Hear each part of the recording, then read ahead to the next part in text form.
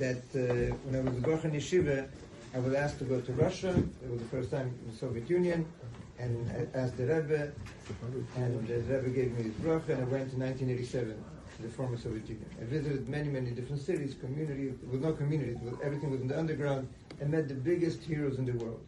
And I fell in love with Russia. I loved these Jews. I thought that they were the most special people in the world. And then, even though when I left, they told me, okay, we know we're going to forget about us and all of that. I said, I promise you, I'm going to remember you. I'm going to help you. I'm going to go in touch with you. He said, we know how it works. You go back to yeshiva, you're going to forget about us. And Baruch Hashem, I came back, and I was in touch with them, and I traveled again, and the third time. And every time I had to ask permission from my mother and from the Anol of the yeshiva, from my parents, from the Anol of the yeshiva, and then you could write to the Rebbe. So every time I went through again, the yeshiva told me you can go, but you have to make up what the days you're not in yeshiva, you have to learn even more. I'm going to do it. My parents, you have to watch yourself, okay. And once my mother said, that's it. You're not going anymore until you get married. I'm not giving you any more permission. Get married, and then we'll talk next. Because I was crazy. I was like obsessed about these Russian Jews. Okay, I knew that if I get married, I can go back to Russia. So finally I agreed. Baruch Hashem, the first date, I asked my wife, are you ready to go to Russia? I'm not exaggerating. And she said, whatever the Rebbe will send us, if it's going to be Russia, it's Russia. I said, okay, we're going to get married. And that's mamash the way it works. You proposed on the first date. She says, I never really proposed, and she never really answered.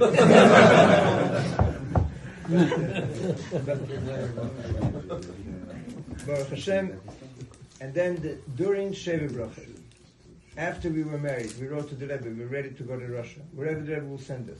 And at that moment, if we would have gone to Russia then, we would have been the first foreigners coming to Russia. It was just 1989, things were just beginning, and we wrote to the Rebbe, and I was sure that I would say, yes, finally Meshuggah is ready to go live in Russia.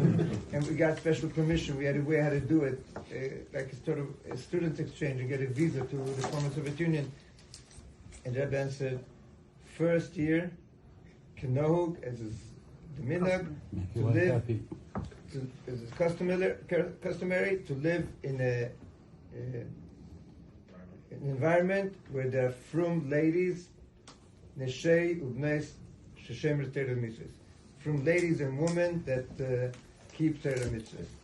That's where you have to live the first year. For me, it was like, oh my gosh. I had a dream. I wanted to go, and I had a position. I could have become the Chief Rabbi of Leningrad at that time.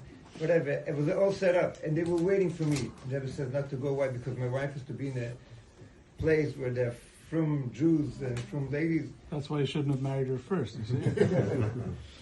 And Baruch Hashem, that for sure saved our marriage. Wow. I believe that if we would have gone to Russia right away, after we went a year later, it was still tough. But at least we were married for a year, and we knew how to handle each other.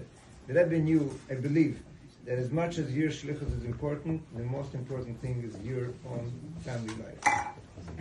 And why am I saying this? Because the question is, what do we work? We work for our kids, for our family. What do we daven? We daven for our kids and our family. That's the main goal. In everything that we do in life, the main thing is our family. And that's why we live for. We live for to have a family, and Mitzvah Hashem, educate your children. Why do you go on Shlichus? The Rebbe is saying, you go on Shlichus for your family. You think you're helping every Jew in the city, you're also helping them. But the main goal is that your family should be in a different... the family is not losing, your family is gaining out of it.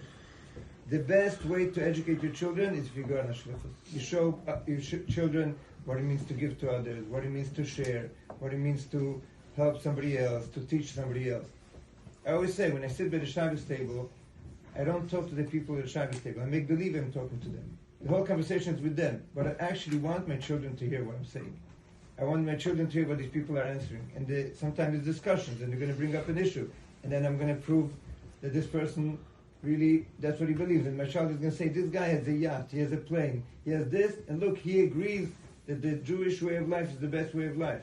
And what could be a better lesson for my children? So the point that I'm trying to bring out is, to myself, that number one, we have to think of our children. We have to think of our wife. That's number one. We wake up in the morning, you wake up in the morning, you go to sleep at night, what's your thought? My children. And then I go to work and I do everything that I have to do, but I'm really deep back in my mind, I'm thinking, how is this going to affect my children?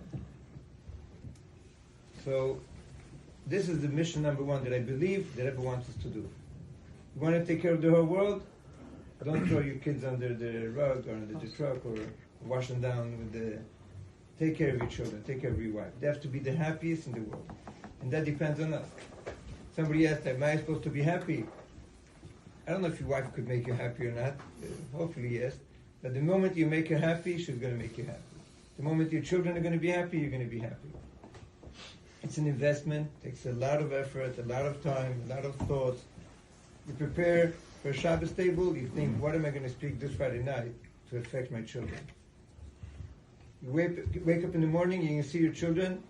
Like people say, oh, I'm speaking to my children. There's nothing to talk to them. How does it work? The kid comes home from school, they ask him, how was it? He says, it was great, thank you. And then he goes to his room and he's gone. And you lost your chance. You had a chance to have a conversation with him, ask him about his friend, and about his teacher, and about the food, and about his game, and about geography or science or Gemara, and you lost it. You asked him, how's everything? He said, good, and that's it, and it's over. So do we have a real strong connection with our children, that we have a dialogue, that any question that he's going to have, he knows that he can turn to you? That you care for him, you love him, you live for him. So again, I believe, I hope, that part of the Kinus Hashluchim is understanding that this is the first, there's a Shliach, I mentioned it today, Rabbi Rosenfeld. Actually, whatever, he's a Shliach in Bogota, Colombia, and he says, interesting enough, when he went on Shlichus, he found out, after a few years, that there's a family in Bogota, Colombia, with the same last name as his. Also, he's a Rosenfeld, his family also Rosenfeld, and they have children. And the children carry the same family name as his own. And later he found out that they were his own children. He realized that these are Jews also that the Rebbe sent him to take care of in Colombia. So he started taking care of them. We shouldn't forget that part of our Shlichus is taking care of our own children that are living in our home. And then chesed starts at home, right?